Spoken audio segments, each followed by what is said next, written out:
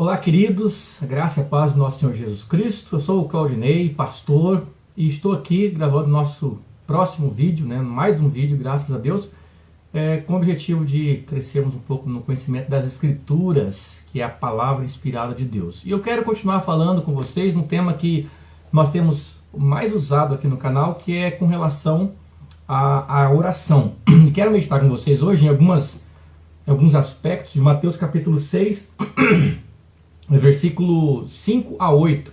E nessa parte do Sermão do Monte, Jesus Cristo fala sobre oração. Não é a única parte do Sermão do Monte que ele trata sobre oração. Na verdade, a parte sobre oração vai do versículo 5 até o versículo 14. Mas hoje aqui, para o nosso propósito, nós vamos meditar nessa parte que ele fala sobre como não orar e sobre como nós devemos orar.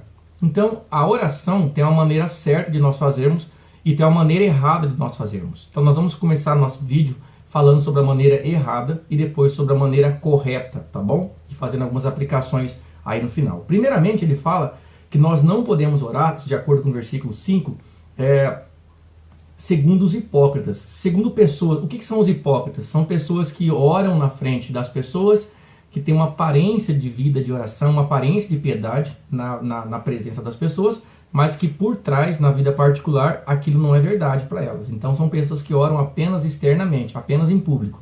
Então ele diz que essas pessoas que são chamadas de hipócritas ou gentios, ou falsos, elas gostam de orar em pé nas sinagogas e nos cantos das praças. Então são pessoas, ele está se referindo, que gostam de orar para serem vistas pelas outras. Então a primeira maneira que maneira errada de orar, a primeira maneira errada de orar é orar para querer aparecer, certo? Então você está na igreja ou no seu grupo familiar, na sua família, e você ora para que a sua mulher, para que os seus filhos, para que as pessoas da igreja vejam que você é uma pessoa de oração. Então tome muito cuidado com isso, Nós não podemos orar. Não significa que a gente não possa orar em público, mas a questão é da intenção do coração. Nós não podemos orar para aparecer como os hipócritas, que Jesus Cristo nos ensina aqui. E ele fala que essas pessoas oram para serem vistas pelos homens. Então a gente nunca deve orar em lugar nenhum para ser visto pelas pessoas. Nós não podemos orar e usar palavras bonitas, expressões maravilhosas para que as pessoas vejam como é que nós oramos. Então a primeira maneira errada de orar é orar nos lugares públicos para serem vistos pelos outros. E Jesus Cristo diz que quem ora assim já recebeu o galardão. O galardão, a recompensa para quem ora e quer aparecer, é o elogio que as pessoas vão dar. Esse é o único galardão. Aí ele diz no versículo 6 como é a forma correta de orarmos. E ele diz que nós temos que entrar no quarto, fechar a porta e orar. Entrar no quarto significa não fazer as coisas em público, não orar apenas em público. Jesus Cristo não está dizendo que a gente não deve orar na igreja, na reunião de oração e orar em público. Não é isso. Ele está contrapondo as pessoas que gostam de orar para aparecer. A gente deve orar, então, a forma correta é orar para não aparecer. E como é que você deve orar para não aparecer? Ele diz, entra no teu quarto, fecha a porta, isso para que mesmo pessoas de casa, da família não vejam, Você entra no quarto, deixa a porta aberta e você começa a orar lá e clamar e todos os familiares, vizinhos do prédio, percebem que você está orando. Então fechar a porta é para que você entenda que a oração é um momento de você estar a sós com Deus, é um momento íntimo, seu e Deus. E você vai orar. Aqui pressupõe também uma oração em silêncio, porque mesmo que a pessoa feche a porta, se ela orar muito alto, gritando, as pessoas da casa vão ouvir, então você ora em silêncio e Deus que vê e que ouve a sua oração, Ele te recompensará. Você vai ser recompensado. Veja que beleza, tem até promessa de recompensa. A outra forma errada de não orar é você orar e fazer repetições, vãs repetições, está no versículo 7. E orando, não useis de vãs repetições como gentios. O que seriam vãs repetições? Pessoas que, eu não vou entrar em mérito em nenhuma religião aqui, mas tem religiões, tem igrejas, que as pessoas oram repetindo, pegam uma oração e fica repetindo aquilo 10, 20, 50, 100 vezes. Ou pega uma palavra e ela fica repetindo, Senhor, Senhor, Senhor, Senhor, me dá, Senhor, e repete uma oração específica. Mesmo a oração do Pai Nosso, que está a partir do versículo 9, a ideia não é você ficar dizendo Pai Nosso que está nos céus, Pai Nosso que está nos céus. Vãs repetições, o texto está dizendo que nós não podemos orar assim, que quem ora assim não tem sabedoria. Por que ele diz? Por que nós não precisamos de vãs repetições? Porque a oração precisa ser espontânea. Você até pode fazer a oração do Pai Nosso e usar o modelo aqui, Pai Nosso que está nos céus. Mas não tem sentido você orar o Pai Nosso 10 vezes, 20 vezes. O que é melhor? você orar uma vez só, mas você pensar em cada expressão, em cada palavra do Pai Nosso. Pai Nosso, o Senhor que está no céu, seja santificado o teu nome, venha o teu reino, e assim por diante.